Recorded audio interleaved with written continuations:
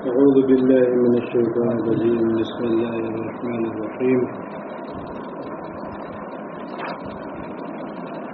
الحمد لله رب العالمين. اللهم صل على سيدنا محمد وعلى آل سيدنا محمد وبارك وسلم. معزز خواتین حضرات، ہم اللہ رب العزت کا شکر ادا کرتے ہیں کہ اللہ رب العزت نے آپ حضرات کے اپنے راستے میں 3 دن لگوائے اور اللہ کے دین کی محنت کے لیے ایک مرتبہ پھر سے ہمیں اپنے راستے کے لیے اللہ نے قبول کیا. کہ اللہ کا بڑا انعام ہے، اس لیے ہمیں اس عمل پر شکر گزاری ہونی چاہیے. اور اللہ رب العزت ہمارے دین کی حفاظت کر لے اور اللہ رب العزت ہمارے ایمان میں کمال پیدا کر دے، اس کے لیے ہمیں اور آپ کو دعوت اللہ کے ساتھ ہر وقت رہنا ہے. کیونکہ حضرت مولانا یوسف صاحب رحمۃ اللہ علیہ فرماتے تھے کہ جو شخص اپنے دین کی دعوت پر نہیں ہے وہ خطرے میں ہے. خطرے میں رہنے کا مطلب یہ ہے کہ اس کا دین خطرے میں، کیونکہ جو اپنے دین کی دعوت کو لے کر پھر نہیں رہا وہ دوسروں کی دعوت کا مدعو بنے گا. اس لیے کہ امت 2 حال سے خالی نہیں ہے، یا تو امت داعی ہوگی یا مدعو ہوگی. اس لیے ہم اپنے دین کی حفاظت کے لیے اور اپنے ایمان کی حفاظت کے لیے ہمیں اور آپ کو اپنے ماحول کو بنانے کے لیے دعوت کا ماحول بنانا پڑے گا. کیونکہ ہمارا ماحول اگر ہمارے دین کا معاون بنے گا تو ہمارے ایمان کی حفاظت ہوگی. اگر ہمارا ماحول، جس ماحول میں ہم رہتے ہیں، وہ ماحول اگر ہم نے دعوت نہ دی تو اس ماحول کے غلط اثرات سے ہمارے اندر کا جو ایمان ہوگا وہ ختم ہو جائے گا. اس لیے کہ حضور اکرم صلی اللہ علیہ وسلم نے یہ بات فرمائی ہے کہ جو کچھ بنی اسرائیل میں ہوگا وہ اس امت میں ہوگا. تو بنی اسرائیل میں سب سے پہلی جو کمی شروع ہوئی وہ یہ ہوئی کہ ایک شخص دوسرے کو منکر پر دیکھتا تو اس کو پہلے تو دعوت دیتا کہ یہ فلاں ایسا نہ کر، اللہ سے ڈر، لیکن اس کے نہ ماننے پر بھی وہ اس کے ساتھ کھانے پینے میں، اٹھنے بیٹھنے میں، برتاؤ میں ویسا ہی معاملہ کرتا. تو جب اس کو دعوت دینا چھوڑ دی تو اللہ رب العزت نے جس طرح نافرمانوں کے دل تھے اسی طرح اللہ نے فرما برداروں کے دل کر دی. اس سے پتہ کیا چلا؟ اس سے پتہ یہ چلا کہ جس ماحول کے اندر ہم ہیں اور وہاں پر ہم نے غلط کو غلط دیکھا تو اب ایمان کی یہ طاقت ہمارے اندر پیدا ہوئی کہ یہ غلط ہے، لیکن ہم نے اس غلط سے سمجھوتا کیا. یعنی ہم نے اس غلط کو صحیح میں بدلنے کی نہ ہاتھ سے کوشش کی، نہ زبان سے کوشش کی، نہ دل کو کام میں لائے. تو اب اللہ ہمارے دل کو اوندا کر دیں گے. کیونکہ یہ بات حدیث میں آتی ہے کہ جو شخص کسی منکر کو دیکھے تو اس کو ہاتھ سے بدل دے. ہاتھ سے بدلنے کی طاقت نہ ہو تو زبان سے بدل دے. زبان سے بدلنے کی طاقت نہ ہو تو دل سے اس گناہ کو برا جانے. اگر دل کے اندر اس گناہ کا غم نہیں ہے تو ایمان کا ذرہ بھی دل میں نہیں. تو اللہ رب العزت نے اس امت کے اندر زبان سے دعوت دینے کی استعداد رکھی. اس لیے ہمیں جس ماحول کے اندر رہنا ہے ہمیں دعوت کے ساتھ رہنا ہے، ہمیں بھلائی کی بات بتاتے رہنا ہے، ہمیں برائی سے منع کرتے رہنا ہے تاکہ ہم سے غلط سے سمجھوتا نہ ہونے پائے. کیونکہ جہاں ہم غلط سے سمجھوتا کریں گے کہ ہمارے ایمان کی سفیدی جو ہے یہ دھیرے دھیرے ختم ہو جائے گی. کیونکہ اللہ کے راستے میں نکلنے کے بعد اللہ رب العزت ہمارے اندر وہ احساسات، وہ اعمال اور وہ ایمان میں جلا پیدا کرتے ہیں جس سے طبیعت میں یہ تقاضا پیدا ہوتا ہے کہ کچھ کرنے کو جی چاہتا ہے کہ کچھ اللہ کی رضا کے والے کام کچھ کیے جائیں. لیکن اپنے ماحول کے اندر جا کر کے ہم اللہ کے راستے میں نکلنے کے بعد عبادت کا تو ذہن بنا لیتے ہیں، لیکن دعوت کا ذہن نہ بننے کی وجہ سے پھر اپنے غلط ماحول سے ہم نے دعوت نہ دی تو پھر ہم اسی ماحول کے اعتبار سے ہمارے دل ویسے ہی ہو جاتے ہیں۔ اس لیے علی رضی اللہ عنہ فرماتے ہیں کہ جہاد کے 3 درجے ہیں۔ اول درجے کا جہاد یہ ہے کہ کسی غلط کو دیکھو تو ہاتھ سے اس کو بدل دو، ہاتھ سے بدلنے کی طاقت نہ ہو تو زبان سے بدل دو، اور زبان سے بدلنے کی طاقت نہ ہو تو دل سے بدل دو، اور جو شخص غلط کو دل سے بھی نہ بدلے اللہ اس کے دل کو اندھا کر دیتے ہیں۔ جس طرح تھیلے کو اندھا کر دیا جاتا ہے تو اندر کی چیز باہر آ جاتی ہے، اسی طرح جب دل کو الٹا کر دیا جائے گا تو گناہ کی نفرت اور ایمان کا نور باقی نہیں رہے گا۔ تو جب یہ چیز باقی نہیں رہے گی تو پھر اپنے خواہشات پر ہی طبیعت چلتی، اس لیے جو خواہش حق سے ہٹا دیتی۔ اس لیے میری ماں بہنوں ہمیں یہ بات اچھی طرح سمجھنی چاہیے کہ اللہ رب العزت ہمیں پورے احکامات پر، ہمیں دین کے اوپر استقامت کے ساتھ جمع دے۔ اس کا اللہ نے جو واحد سبب بنایا ہے وہ امر بالمعروف اور نہی عن المنکر بنایا، یعنی بھلائی کا حکم کرنا، برائی سے منع کرنا، اور یہی دین کی مدد ہے۔ اسی پر اللہ کی مدد کا وعدہ ہے کہ اللہ رب العزت دشمن کے مقابلے ہمارے قدموں کو پورے دین پر جمائیں گے۔ اگر ہم کسی ماحول کے اعتبار سے، معاملات کے اعتبار سے، معاشرے کے اعتبار سے، اخلاق کے اعتبار سے، عبادت کے اعتبار سے، کسی بھی لائن سے اگر ہم ایک سنت سے بھی چھوٹے ہوئے ہیں، یعنی ایک بھی سنت ہم سے چھوٹ رہی یا ایک بھی اللہ کا حکم ہم سے ضائع ہو رہا، چاہے عبادت کا ہو چاہے وہ دعوت کا ہو، تو یہ اس بات کی علامت ہے کہ ہم اللہ کی مدد سے دور ہیں۔ کیوں؟ کیونکہ ہم دین کی مدد پر نہیں ہیں، کیونکہ اللہ رب العزت کا یہ قانون ہے کہ اللہ مددگار ہے اس شخص کا جو اللہ کے دین کی مدد کرے۔ تو اللہ کے ہم دین کی مددگار ہوں گے تو اللہ کا یہ وعدہ ہے کہ اللہ دشمن کے مقابلے ہمارے قدموں کو پورے دین پر جمائے گا۔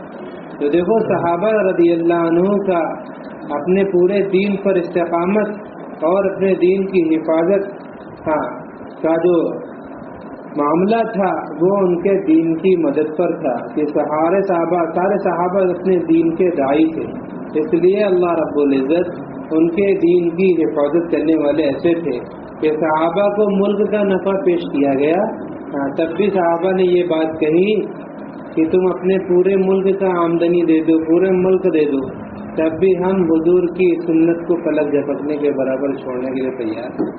آج سوچو دنیا کا نفع، دنیا کا چھوٹا سا نفع ہمارے فرضوں کو چھٹوا دیتا ہے، وہاں ملک کا نفع دیا جا رہا ہے تب بھی صحابہ سنت کو چھوڑنے پر تیار ہے۔ تو یہ طاقت، یہ استعداد صحابہ کے اندر اللہ کی مدد سے آئی، اور اس لیے اللہ کی مدد کے وہ حقدار بنے تھے کیونکہ وہ دین کے مددگار ہیں۔ تو ہم بھی جب دین کے مددگار بنیں گے، ہم بھی اپنی زندگی کو دعوت والی بنائیں گے تو ہم بھی اللہ کے مددگار بنیں گے، اللہ کے مدد کے حقدار بنیں گے، اللہ کے وعدوں کے حقدار بنیں گے۔ اور اللہ کا وعدہ قیامت تک کے آنے والے ہر انسان کے لیے ہے، اللہ اپنے قدرت کے ساتھ ویسے ہی۔ اس لیے ہم میری ماں بہنوں اللہ کے راستے میں نکلنے کے بعد ہم اپنے مقام پر اپنے وقت کو ہم زیادہ سے زیادہ دعوت کے مزاج میں بنائیں کہ ہم اٹھتے بیٹھتے ہر حال میں اللہ کو یاد کرتے رہیں، اللہ کا ذکر کرتے رہیں۔ اللہ کا ذکر کرنے کا مطلب ہی یہی ہے کہ جہاں پر اللہ کے غیر سے ہونے کو بولا جائے وہاں پر ہم اللہ سے ہونے کو بولیں، جہاں پر اللہ کے حکم کی نافرمانی کی جائے وہاں پر ہم اللہ کے حکم کی فرمانبرداری کے فضائل بتائیں تاکہ ہم سے غلط سے سمجھوتا نہ ہو جائے۔ اور اب ہم اللہ کے راستے میں نکلنے کے بعد جب ہم اپنے دعوت کے ساتھ رہیں گے تو پھر ہماری عبادت میں جلا پیدا ہوگا، کیونکہ حدیث اللہ رب العزت نے جو اپنے کلام میں فرمایا ہے کہ اس شخص سے اچھا دین کسی کا ہو نہیں سکتا جو دعوت دیتے ہوئے عبادت کرے۔ تو جو دعوت دیتے ہوئے عبادت کرے گا وہی کہے گا کہ میں مسلمانوں میں سے، وہی کہے گا کہ میں، کیونکہ جو دعوت دے کر اللہ کے حکم کو زندہ کرے گا تو وہ اپنے دین پر ثابت قدمی ہے، وہ کہے گا کہ میں مسلمان ہوں، اپنے عمل سے بتائے گا میں مسلمان ہوں۔ تو عبادت میں ہمیں اپنے وقت کو اس طرح استعمال کرنا ہے کہ دیکھیے اللہ کے راستے میں نکلنے کے بعد آپ کا عبادت کرنا، 9 وقتوں کی نمازوں پڑھنا، قرآن کی تلاوت، تسبیحات، اللہ کا ذکر کرنا، یہ کوئی کمال نہیں ہے۔ حضرت مولانا یوسف رحمۃ اللہ علیہ فرماتے تھے ماحول میں کافر بھی عمل کر لیتا ہے، ماحول میں کافر بھی عمل کر لیتا ہے۔ تو یہاں اللہ کے راستے میں نکل کرنا ایک ماحول تھا، تو ماحول کے اندر ساری عبادتیں کرنا آسان تھی۔ اب اللہ کے راستے میں نکلنے کے بعد اپنے مقام پر انہی نمازوں کا اہتمام کرنا اور تلاوت، تسبیحات اور تمام اعمالوں کا اہتمام کرنا، یہ کمال کی بات ہے، کیونکہ وہاں پر مجاہدہ ہے اور یہاں مجاہدہ نہیں ہے۔ وہاں پر ہمارے ساتھ ہمارے مشغلے ہیں، وہاں رکاوٹیں ہیں، اور یہاں کوئی رکاوٹ نہیں۔ اور جب رکاوٹ ہوتی ہے اس کے مقابلے حکم پورا کیا جاتا ہے، تب وہ خلیفہ بنتا ہے۔ فرشتوں میں حکم پورا کرنے میں کوئی رکاوٹ نہیں، اس لیے اللہ نے فرشتوں کو خلیفہ نہیں بنایا۔ حکم پورا کرنے میں انسانوں میں رکاوٹ ہے، اس لیے اللہ نے انسانوں کو خلیفہ بنایا ہے۔ کیوں؟ کیونکہ اللہ کے تمام احکامات وہ رکاوٹ کے خلاف ہے۔ تو اب اللہ کے راستے میں نکل کر ہم جو اعمال کرتے تھے، یہاں نہ گھر کا کوئی جھگڑا تھا، نہ بچوں کا کوئی جھگڑا تھا، نہ کوئی کام کاروبار کا جھگڑا تھا، ہماری ساری تعلیم کرنا آسان، سارے نماز کا وقت پر پڑھنا آسان، تلاوت کرنا آسان۔ لیکن اب ہم اللہ کے راستے میں ہیں تو ہمارے ساتھ ہماری بشری تقاضے، ہماری ضروریات ہیں، ان ضروریات کو سامنے رکھ کر حکم کو آگے رکھنا، یہ قربانی ہے۔ اس لیے ہم اللہ کے راستے میں نکلنے کے بعد اپنے مقام پر بھی ہم تہجد کی نماز کا خوب اہتمام کریں۔ حدیث کے اندر آتا ہے کہ تہجد ضرور پڑھا کرو، تم سے پہلے کے نیک لوگوں کا طریقہ رہا ہے، اس سے تمہارا گناہ معاف ہوں گے، گناہوں سے بچے رہو گے اور اللہ رب العزت راضی ہوں گے۔ اس لیے ہم گناہوں سے بچے رہیں، اس کے لیے ایک سبب ہے کہ ہم تہجد کا خوب اہتمام کریں۔ اللہ کے راستے میں نکلنے کے بعد اپنے مقام پر بھی تہجد کا اہتمام کریں، اور تہجد سے پہلے ہم فجر تک تمام تسبیحات، تمام معمولات سے ہم فارغ ہو کر ہم ہر فرض نمازوں کو ہم اول وقت میں پڑھنے کا اہتمام کریں۔ اور اسی طرح اشراق، چاشت، اوابین، ان نمازوں کا بھی خاص طور سے اہتمام کریں۔ اسی طرح ہم روزانہ قرآن کی تلاوت کیا کرتے تھے اللہ کے راستے میں نکل کر، اب ہم اللہ کے راستے میں نکل کر اپنے مقام پر بھی ایک پارے کی تلاوت کا خوب اہتمام کریں۔ جو بہن، جو مرد ایک پارے کی تلاوت نہیں کر پا رہے ہیں، ان کو چاہیے کہ جتنا وقت ایک پارے کی تلاوت میں لگتا ہے، وہ اپنے مقام پر ہم اپنے محرم سے ایک پارے کو سیکھنے کے لیے یعنی قرآن کو سیکھنے کے لیے اتنا ہم وقت دیں، چاہے مرد ہو چاہے عورت ہو۔ سیکھنے کی کوئی عمر نہیں ہوتی، اس لیے ہم خوب سیکھنے کا اہتمام کریں۔ اللہ کے راستے میں نکلنے کے بعد ہمیں جو ہے اپنے مقام پر گھروں کی تعلیم اس لیے کرنی ہے کہ ہمارا قرآن صحیح ہو، ہمارے بچوں کا قرآن صحیح ہو۔ اس لیے ہم گھر کے اندر قرآن کا اہتمام کریں، قرآن کو سیکھنے سکھانے کا مزاج بنائیں۔ ہم گھر کے اندر قرآن کو اس طرح سیکھیں کہ ہمارا روزانہ سبق قرآن کے اعتبار سے بڑھ رہا ہو۔ کوئی رسم نہیں ہے کہ علم ترا کیف سے ناز تک پڑھنا ہی یہ تبلیغ کا یہ جو ہے وظیفہ ہے، نہیں، ہمیں روزانہ تلاوت کے اعتبار سے اور سیکھنے کے اعتبار سے ہمیں اپنے قرآن کے سبق کو بڑھاتے رہنا ہے۔ حضور اکرم صلی اللہ علیہ وسلم کے گھروں کے اندر 3 بیویاں حضور کی تھی جو حافظ تھی، کوئی مدرسے میں نہیں گئی تھی۔ ام سلمہ رضی اللہ عنہ، حفصہ رضی اللہ عنہ، عائشہ رضی اللہ عنہ، یہ تینوں بیویاں قرآن کی حافظ تھی۔ تھا کیا معاملہ کہ روزانہ گھر کی تعلیم کے راستے سے سبق بڑھتا تھا، قرآن بڑھتا تھا، اس طرح سے روزانہ قرآن کے سبق بڑھتے بڑھتے یہ حافظ ہوئے۔ اسی طرح ہم بھی قرآن کی تعلیم کا اہتمام کریں گے تو ہمارا بھی قرآن اللہ رب العزت درجے تک پہنچا دیں گے کہ اللہ رب العزت ہمیں بھی بڑی بڑی صورتیں یاد کریں گے۔ اس لیے جتنی بھی بہنیں ہیں یہ ساری بہنیں عزم کریں تو انشاءاللہ اللہ کے راستے میں نکلنے کے بعد اپنے گھروں کے اندر قرآن کا صحیح حلقہ لگانا ہے، اور اپنے گھروں کے اندر قرآن کو سیکھنے سکھانے کی مشق کرنا ہے، اور قرآن کی تلاوت کا بھی اہتمام کرنا ہے، اور اپنے بچوں کو بھی قرآن کا حافظ بنانا ہے، اور اپنے بچوں کو بھی قرآن کا محافظ بنانا ہے۔ کیونکہ دیکھیے سارے صحابہ قرآن کے حافظ نہیں تھے، لیکن سارے صحابہ قرآن کے محافظ ضرور تھے، کیونکہ محافظ اس شخص کو کہتے ہیں جو قرآن کے حرام کو حرام یقین کرے اور اس کے حلال کو حلال یقین کرے. تو اس لیے سارے صحابہ قرآن کے حرام کو حرام سے بچنے والے اور حلال پر عمل کرنے والے تھے. اس لیے ہمیں بھی اپنے بچوں کو قرآن کا محافظ بنانا ہے. اس کے لیے ہمیں اپنے گھروں کے اندر اس تعلیم کو دینا پڑے گا جس سے ہمارے بچے دیندار بنے. کیونکہ دیکھیے مردوں کی زندگی باہر کی تب بنتی ہے جب مردوں کا ظاہری معاملات، معاشرات، اخلاقیات، یہ سارا دین جب باہر کی زندگی کے اندر دکھتا ہے تو مرد لوگوں میں خوبی والا بنتا ہے. لیکن آپ گھر کے اندر کی ہیں. اب آپ کا ماحول، آپ کا معاملہ لوگوں کے اندر تب دعوت بنے گا جب آپ کے بچے آپ کے بچے گھر کے باہر نکلیں گے دینداری کے اعتبار سے. کیونکہ گھر کے بچوں کا ماحول اگر صحیح ہوگا، گھر کے بچوں کی تربیت صحیح ہوگی تو اس سے گھر کے اندر کی دینداری کا پتہ چلتا ہے کہ گھر کے اندر کتنی دینداری. آپ یقین کریں کہ کوئی چھوٹا بچہ ہو بیٹھ کر اگر بسم اللہ کر کے پانی پیڑے تو جاہل سے جاہل آدمی دیکھنے والا کہے گا بھئی ان کے گھر کے اندر سنت کا ماحول ہے، اس لیے دیکھو بچہ بیٹھ کر پانی پی رہا. جی ہاں، تو ماحول اتنی بڑی طاقت رکھتا ہے. تو اس لیے ہم اپنے گھروں کے اندر وہ ماحول بنائیں کہ ہمارے بچے اللہ کی پہچان کرنے والے بنے، وہ اللہ کے حکم کو پورا کرنے والے بنے، اللہ کے حبیب صلی اللہ علیہ وسلم کو سنتوں کو زندہ کرنے والے بنے. اس کے لیے ہمیں اپنے گھروں کے اندر بچوں کی مشق کرانی پڑے گی. ہاں، بچوں کی مشق اس طرح کرائی جاتی ہے کہ ہم بچوں کی غلط کو صحیح کرائیں اسی وقت کہ بچوں نے غلط کیا ہے تو ہم غلط سے سمجھوتا نہ کریں، بلکہ ہم اسی غلط کو فوراً بدلیں. ورنہ غلط سے اگر ہم سمجھوتا کر لیں گے تو ہم نے پہلی بات جو عرض کی کہ اللہ رب العزت اسی کے مطابق ہمارے دل کو قرار دیں گے کہ اگر ہمارا بچہ بغیر سر ڈھکے بیت الخلا جا رہا تو یہ غلط بات ہے کہ اللہ کے حبیب صلی اللہ علیہ وسلم کی سنت میں سے ہے کہ سر ڈھک کے جائے بیت الخلا. تو اب ہمیں کیا کرنا چاہیے کہ بچے کو باہر نکالے کہ بھی سر ڈھک کر جاؤ. جی ہاں، کہ جو سر ڈھک کر بیت الخلا جاتا ہے وہ اللہ کی حفاظت میں رہتا ہے.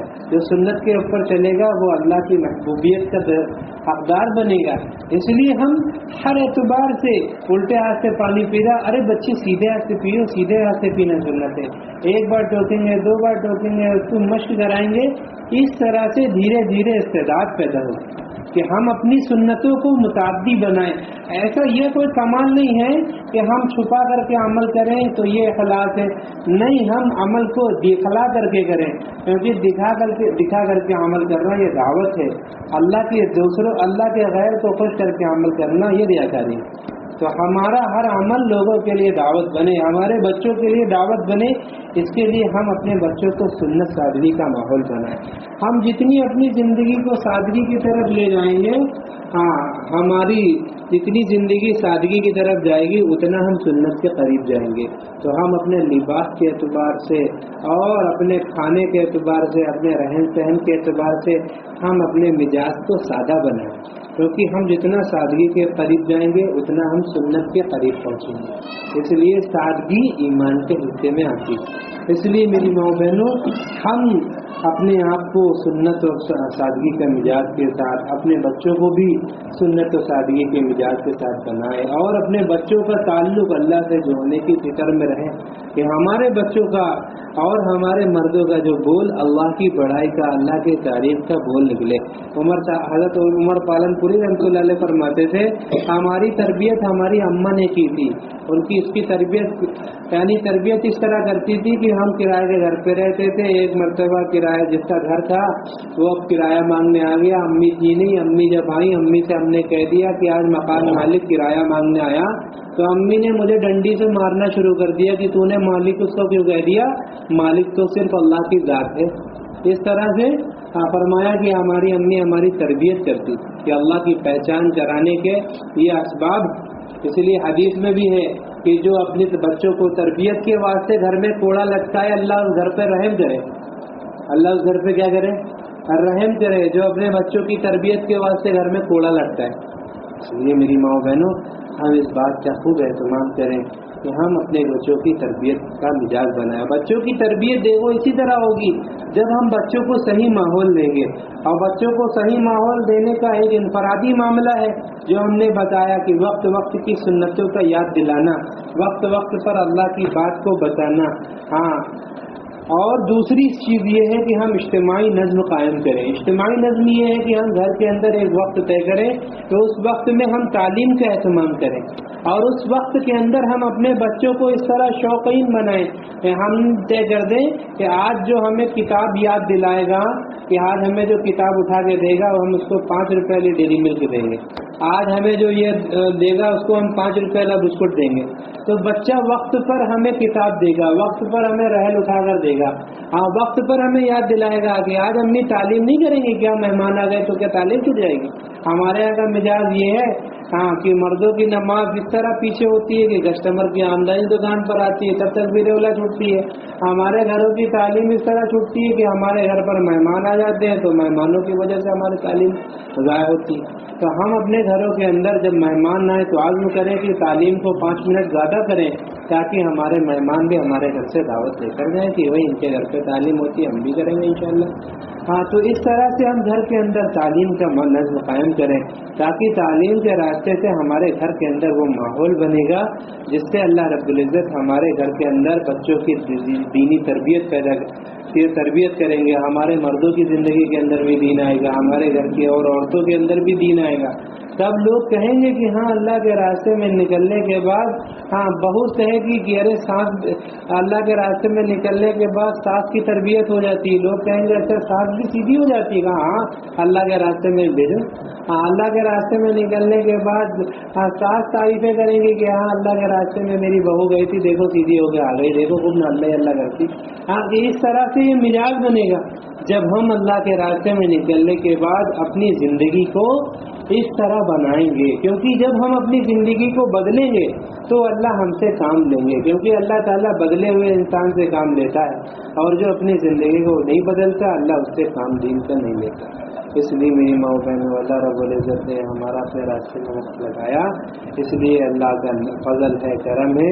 اس لیے ہم اپنی زندگی کو بدلیں، ہم اپنی زندگی کو اللہ کے احکام والی بنائیں، ہم اپنی زندگی کو اپنے اللہ کے احکام کے تابع کریں. ایمان کی یہی علامت ہے کہ ہماری چاہت اللہ کے احکامات ہونے چاہیے.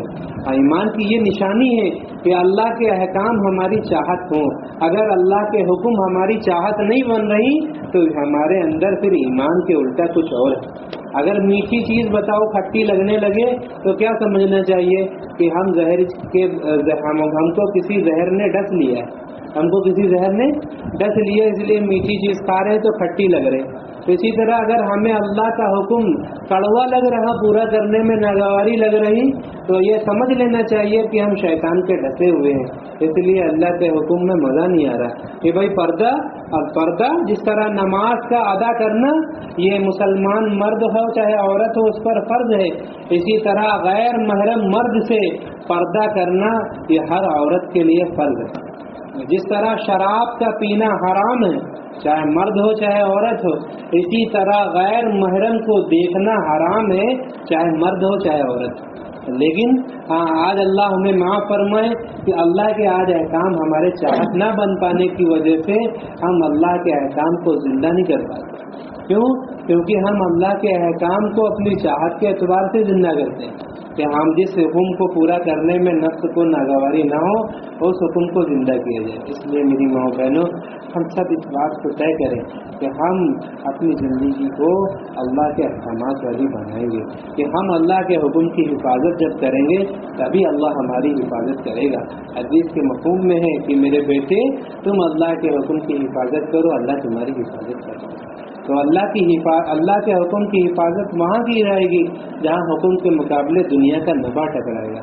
تو جو لوگوں کو خوش کرنے کے لیے اللہ کو ناراض کرتا ہے، حدیث میں آتا ہے اللہ اس سے ناراض ہو جاتے ہیں. اور جو اللہ کے حکم کو پورا کر کے اللہ کو خوش کرتا ہے، بھلے لوگ ناراض ہو جائیں، اللہ ان لوگوں کو بھی خوش کر دیتا ہے جن کی وجہ سے اللہ کی وجہ سے جس کو ناراض کریں. اس لیے میری ماں بہنوں ہم سب طے کریں کہ ہمیں اپنی زندگی کو پردے والی بنانا ہے, سنت سادگی والی بنانا ہے, اور مقام پر اپنے ان اعمال کو جو بتائے گئے ہیں دعوت, عبادت, تعلیم اور سنت سادگی کا ماحول, اپنے بچوں کی دینی تربیت کا اہتمام کرنا, اور اللہ کے راستے میں نکلنے والی تمام بہنیں یہ سب عزم کریں اپنے مقام پر رہ کر. جو ہفتے واری تعلیم کا حلقہ ہے اس حلقے کے اندر ہمیں روزانہ ہمیں ہفتے کے اعتبار سے جڑنا ہے. جو ہفتے والی تعلیم ہے وہ ہماری سمجھو شبگزاری ہے, اس ہفتے والی تعلیم کے لیے ہمیں اپنے وقت کو لے کر جانا ہے, اور کوئی جماعتیں آ جائیں ان سے ہم نصرت کریں. اس طرح سے ہم اپنے وقت کی ترتیب پر ہر مہینے, ہر تیسرے مہینے 3 دن, سال کے 10 دن, مرد کا 4 مہینہ ہر سال لگوانے کا عزم کریں کہ ہم اپنے مردوں کے دین کی مددگار بنیں.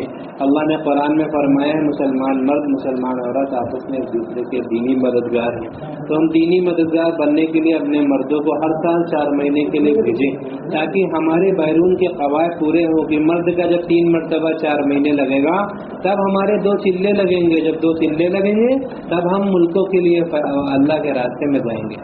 اس لیے اللہ رب العزت نے ہمیں عالم نبی کے عالم امت میں پیدا کیا, ہم پورے عالم کے ذمہ دار ہیں. اس لیے ہم میں سے ہر ایک بہن اس بات کو طے کرے کہ اپنے آپ کو اللہ کے راستے میں اس طرح قربانیوں کے ساتھ نکالنا ہے, اور اپنے مقام پر رہ کر ان عملوں کے ساتھ اپنے وقتوں کے لگانا ہے. اللہ رب العزت ہمیں اور آپ کو کہنے سے زیادہ عمل کی توفیق عطا فرمائے.